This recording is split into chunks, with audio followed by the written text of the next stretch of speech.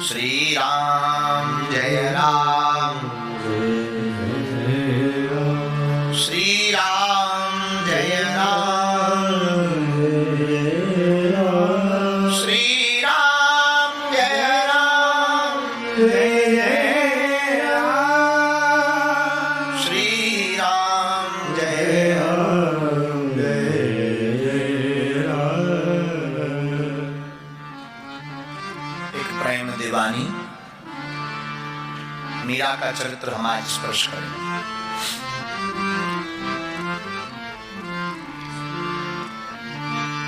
महाराज जी,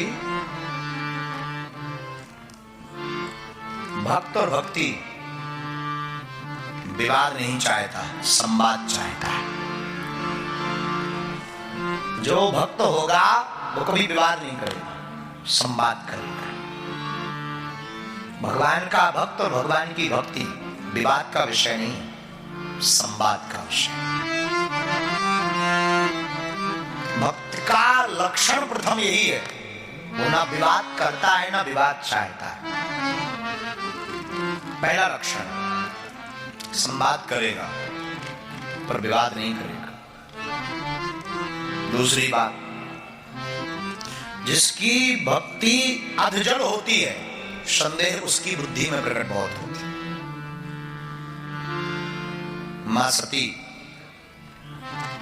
कुंभज ऋषि के यहां से भगवान शंकर के साथ कथा श्रवण करके आई। रास्ते में जा रही थी तो राम जी मिले, भगवान शंकर ने प्रणाम किया। माता सती सोचने लगी कि हमारे भगवान, हमारे स्वामी, हमारे प्राणनाथ स्वयं अद्भुत हैं, इनको भी प्रणाम करने की जरूरत, वो भी इन राजकुमारों को। संदेह प्रकट हो गया। एक जीवन में बात स्मरण रखना, जब तक गुरु की दृष्टि तुम्हारे ऊपर नहीं पड़ेगी तब तक तुम्हारी बुद्धि शून्य रहेगी। गुरु की दृष्टि पड़ते ही आत्मा की सृष्टि बदल जाती है। क्योंकि गुरु, हम कल किसी को कह रहे थे, खबर नहीं, गुरु की दृष्टि के पहले भगवान में भी पत्थर दिखाई पड़ता है, पर गुरु कृपा होने के बाद पत्थर में भगवान दिखाई पड़ता है। जब तक आपके चित्त में संदेह है, जब तक आपके चित्त में शंका है, जब तक आपके चित्त में भक्तों के प्रति, भगवान के प्रति तरह तरह की संदेहात्मक भावनाएं प्रकट हो रही, समझ जाइए अभी आप परिपक्व हो, परिपक्व नहीं हो। क्योंकि भगवान के भक्त परीक्षा नहीं लेते, प्रतीक्षा करते हैं। वो परीक्षा लेते ही नहीं, वो तो प्रतीक्षा करते हैं। इसलिए मेरे माई बाप, मेरे पागलों, हमें परीक्षात्मक भाव से निकलकर प्रतीक्षात्मक भाव में जाना चाहिए।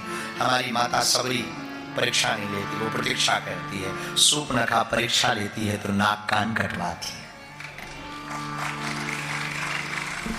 माता सती को संदेह हुआ कि ये राजकुमार क्या भगवान है, और उसी संदेह में भरी हुई माता सती अपने प्राणनाथ भूत भावन महादेव से कहती हैं कि आपने प्रणाम किनको किया? भगवान भूत भावन बोले ये भगवान थे। अब देखिए, ये होता है कम भक्ति के लक्षण। अगर ठीक से कथा सुनी होती तो ऐसा नहीं होता, तुरंत संदेह प्रकट हो गया। भगवान भोले बाबा ने कहा आपको भाई ज्यादा दिक्कत है, आप जाके परीक्षा ले आओ। पर ध्यान देना, विचारशील बुद्धि से परीक्षा लेना, देखाओ, चेक कराओ भगवान है भी कि नहीं।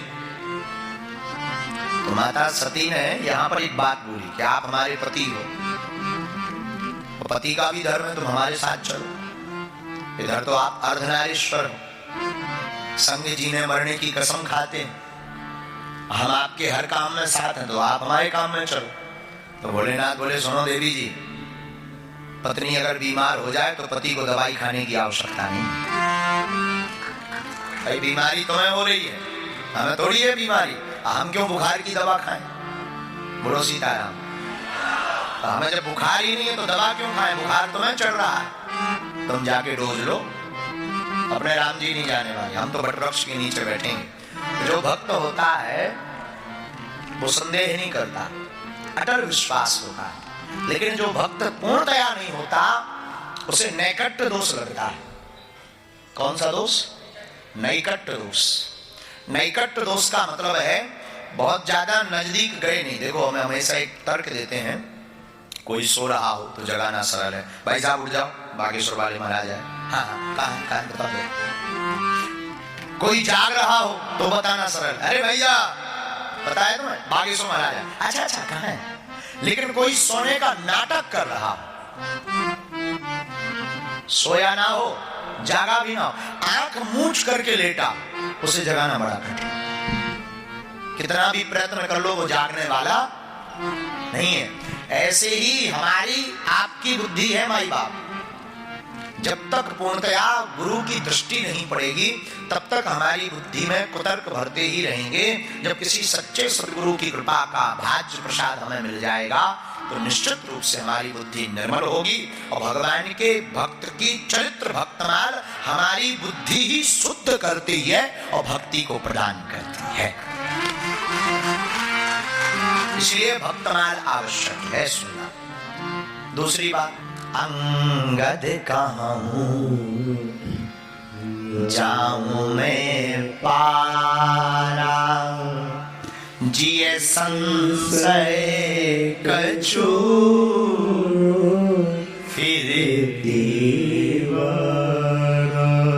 सब बानर यूथ बैठे हैं, जामवंत, हनुमान, अंगद, सब अपने अपने बल का अनुमान बता रहे। समुद्र के इस पार है, लंका जाना है, पता चल चुका है लंका का। अब माता जानकी की खबर लानी। अंगद जी से कहा तुम जाओ। अंगद जी बोले हम चले तो जाएंगे लेकिन वापसी में इंजन फेल का डर है, तो हमारा बड़ा मुश्किल लग रहा है। अंगद जी बोले जब तुम नहीं जाओगे तो जामवंत जी से, बाकी बानरों ने कहा जामवंत जी तुम बहुत प्रवचन सुनाए, तुम ही क्यों नहीं चले जाते? जामवंत जी बोले अरे हमारी भाई अवस्था देखो, खाल लटक गई, बुढ़ापा आ गया, बूढ़े आदमी, हम जब जवान थे तब तो बहुत काम किया। तो तब तक सबकी नजर हनुमान जी पे गई। बोले भाई और तो सब ठीक है, ये चुप क्यों बैठे? का चुप साधे रहो हनुमान जी आप चुप क्यों बैठे हुए, क्या बात है? कुछ बोलो। किसी ने हनुमान जी से पूछा कि सब अपने अपने बल का अनुमान और अनुपात बता रहे हैं। कोई कह रहा हम चले जाएंगे, कोई कह रहा हम जब जवान थे वो है घड़ी महदीनी 7 प्रदक्षिण भाई। आप क्यों नहीं बोल रहे, आप चुप क्यों बैठे हुए हो? हनुमान जी बोले जिनका खुद का बल हो वो बोले, इधर खुद का कुछ है ही नहीं, स्वयं का, हम क्या बोल रहे हैं? बोले इनका स्वयं का है इसलिए बोल रहे, इधर कुछ है ही नहीं, सब किराए का। लोगों ने कहा कैसी उल्टी बात करते हो, आप साधारण थोड़ी हो। अतुलित बल धामम राम दूत अतुलित बल, आप साधारण थोड़ी अतुलनीय बल के मालिक हो, अपार बल है और आप ऐसी बात करते हो। हनुमान जी बोले पहले अर्थ तो समझो ठीक से, धाम माने होता है मकान। बोले किसी कमरे में सीमेंट रखा तो सीमेंट कमरे का कहलाएगा या मकान मालिक का? किसका कहलाएगा? मकान मालिक का। जैसे सीमेंट किसी कमरे में भर के रख दिया जाए, अब सीमेंट किसका कहलाएगा? कमरे का सीमेंट कहलाएगा या मकान मालिक का? मकान मालिक। अधिकार किसका? मकान मालिक। वो चाहे तब उठा ले। तो बोले हनुमान जी बोले भैया हम तो हैं कमरा, इस कमरे में जो बल रूपी सीमेंट है ये श्री सीताराम जी का है, हमारा नहीं है। हम तो केवल साधारण निमित्त बने हुए हैं और यह श्री सीताराम का बल है, इसलिए हमारा कोई बल नहीं है, इसलिए हम बोल नहीं रहे। अच्छा कितनी अच्छी बात, ये ध्यान देने योग्य बात है। जिनको खुद पर अभिमान, जिनको खुद पर गुमान होता है, जिन्हें खुद पर गुमान था वो डूब गए और वो डूबते डूबते भी तैर गए जिन पर वो मेहरबान था। और यही भक्तमाल सिखाती है। भक्तमाल के चरित्र को पढ़ करके पर हमारा परमात्मा पर भरोसा बढ़ जाता है और जिसका परमात्मा पर अटल भरोसा हो जाता है उसकी जिंदगी की पूरी गाड़ी पर परमात्मा के हाथ में हो जाती है।